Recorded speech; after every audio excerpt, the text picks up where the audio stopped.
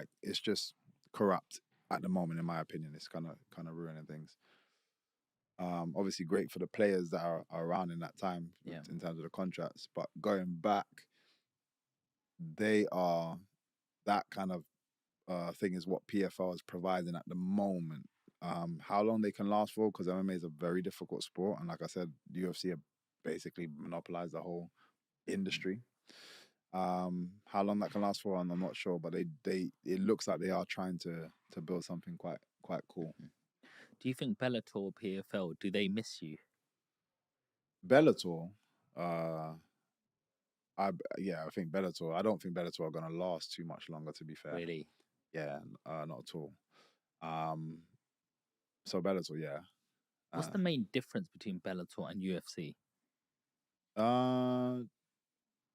Professionalism, the organization, the marketing being the key. And there were so many things, and I've got, my mind's always like very creative, and there were so many things I'd even tell them, like, yo, you guys should do this, you guys should do that, and then yeah, and I'm sure it's not as easy for them because they were bought out by loads of different people, like Viacom at one point, I think HBO, they were doing, I forget all the different deals, but it means there are other people that they have to address that don't really know the sport or really care. So they'll be like, they might have put my suggestion forward or been even thinking in the same manner, but then they go to these guys and they're just like, not interested. Whereas again, Dana, it's like, this is a good idea, I'm going to do it. Yeah. Simple as that. He's not nobody really to answer to. Do the UFC pay fairly? So I think the UFC pay fairly at the top. If you've got a name and you know they're bringing you in, they'll pay you fairly, and they have the money there. Do they pay fairly as a whole? I think they could do a lot better. I definitely think they could do a lot better. And this is something I've spoken about before. I just feel like in any sport, especially this type of sport that we're in, because seriously, like I said, I get to watch these people bust their asses day in, day out, injuries and just crazy stuff, not really even have the infrastructure to support them. So they're having to find their own physios and their own this and their own that and pay out of their own pocket to do so. My thing is, when you get to the top of the game, which UFC is, these things shouldn't be an issue anymore. One thing that is unbelievable that the UFC have is the Performance Institute. And that is giving people that kind of backing now. So like before my fights, I'm getting massages every day. Oh yeah. Which that was, again, unless I went out and found it and paid for it, that wasn't a thing in Bellator. With nutrition, the PI provide all the food, and it's like, oh wow. So I think that side of it isn't spoken about enough. And now that I'm there, I'm like, oh damn, I didn't realize this is what they're getting. And that is a massive, like, again, for weight cutting and stuff, every day my meals are sorted. Whereas before, I have to pay for a nutrition or organize my meals, especially going to a country that I don't know about, have to figure everything out. Big difference. Like PI is a massive game changer. And it's getting better. So that is unbelievable. But I do feel there should be more help for once you get to the UFC, or maybe even get to UFC and get to a certain level, maybe a certain ranking in the UFC. Yeah. I think you should automatically trigger a certain fund, maybe. Do you get sponsorships, endorsements, Yeah, and stuff like that? of course. Yeah, you. The difficult side of things is in the UK. Now, this is a UK specific issue. There are certain countries that really get behind combat sports. Like I go to Japan and they love combat sports. They can tell me everybody. Go to the Philippines, there's places in Russia, like they get behind. So if you have a champion, if you're a champion or even somebody known from there, oh man, the whole place knows about you. So the sponsors and everything you're going to get is very different. I can be a world champion here, go back, come like land on a plane to England, and nobody knows who the hell I am. Nobody cares. Nobody, like, England's obviously is very competitive, but we don't, unless it's football or a few other sports, we don't get behind it in the same way. Yeah. So for us, sponsorships are very difficult. And I say us, even for myself, and I've built an amazing brand. and now I'm in the UFC so my brand is being backed by the monster in this sport, in this game, and still people kind of like, oh yeah, but it's MMA. Oh, MMA is still, yeah, it's still, there's still a bit of an air around.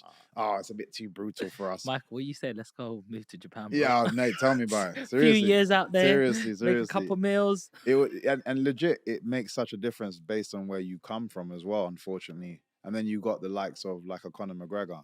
Now, if Conor McGregor, I'm not taking anything away from him because I actually think he's very talented. If Conor McGregor was from London, he's not getting the same back end. He's not as big as he is, doing all the same thing. I don't think he's as big as he is. People will get behind him and love him. If he's got to talk, yeah, he's still going to get people that are going to like him in the same way, but he's not going to be as big as he is, just being from over here.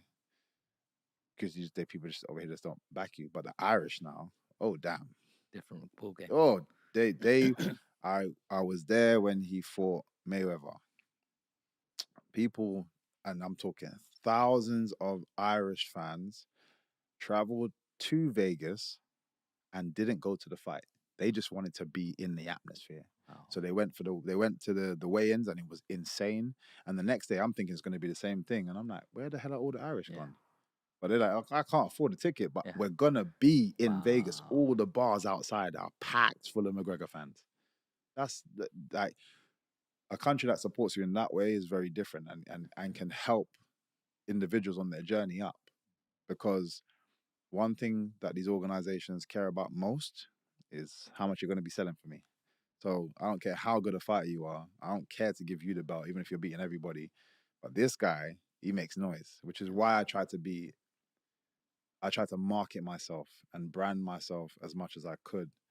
But you can only really do so much. But so what do you think Anthony Joshua does differently that, sometimes the whole nation feels like they're behind him? Is it the sport is very different and British boxing is very different?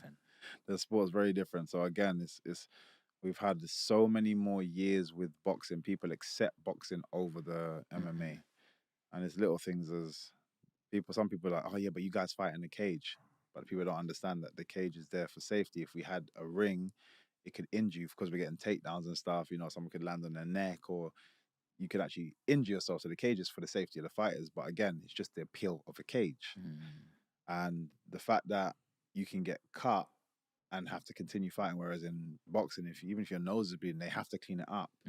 But again, it's just it looks different. It looks a bit more. So I understand it to a degree, and the next generation, they're the ones that's gonna be like, oh no, we back these guys. Those are the guys that when they're like business owners when they're older.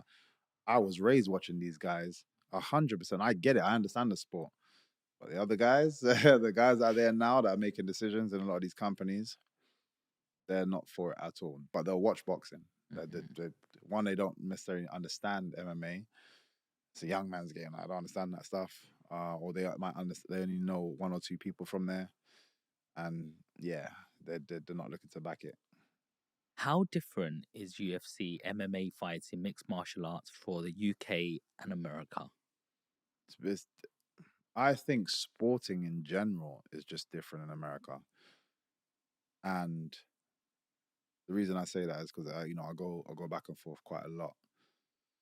Every area that you're in has a college team that everybody knows about, and then they have the country's football team, basketball team, hockey team, this that, and everyone down to people that don't care about the sport know about the sport because the sport is on just rotation on TVs. Every TV is a sporting channel, talking sports. So there was a girl that I was talking to out there, and because there was a parade of people going. I was like, oh, like what team is this? Is like, oh, it's our college team. There's a guy there that's doing this, and she basically broke down everything. And I was like, oh, so you watch the sport? She's like, no. I was like, what do you mean no? You just told me everything about the sport. Yeah. She's like, yeah, but everybody knows that. So it's just ingrained in them. Like I remember going over. We went play bowling on TV. They had bowling on the screens, playing on ESPN. And I was looking over. I was like, oh, that's quite cool. They got bowling on ESPN, and then I carried on bowling. It was cracking jokes, and I kept